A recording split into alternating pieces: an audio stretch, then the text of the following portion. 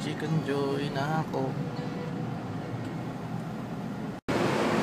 So napag-uusapan simula pa noong nakaraang linggo yung chicken sad ng Jollibee dahil nagkaroon daw ng shortage ng chicken joy. Pero ang paliwanag ni Jollibee, wala namang pagkukulang ng mga manok sa mga branches nila. Nagkaroon lang ng problema sa kanilang delivery system. At dahil doon, nagkanta-leche-leche na yung delivery ng mga manok at saka karne. At nagsarado sila ng 76 stores. Pero sabi nila, may mga branches naman daw na may mga available ng chicken joy. So ulit tayo sa Glorieta. Punta ako sa Glorieta, check natin kung meron chicken joy. At tama-tama, gutom na ako. Yeah ba? So nasa Jollibee na ako, nakita ko kumakain na sila ng chicken joy. So let's try here at Jollibee Glorieta. Kung meron na nga ba. Sabay spaghetti.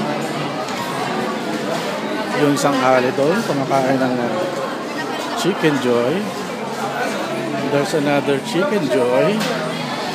So super confirmed na may chicken joy dito. Yeah ba? Ayun, meron niya. Oh my god, ayun.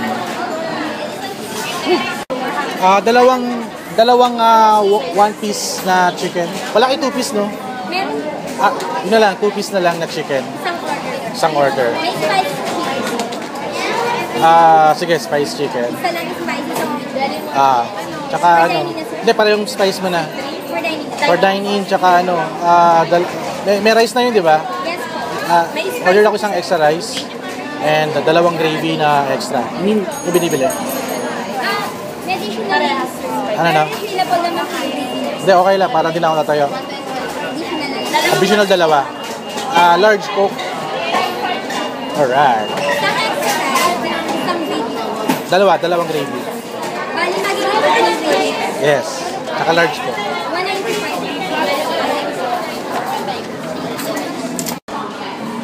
So finally, chicken joy ako sa harapan ko.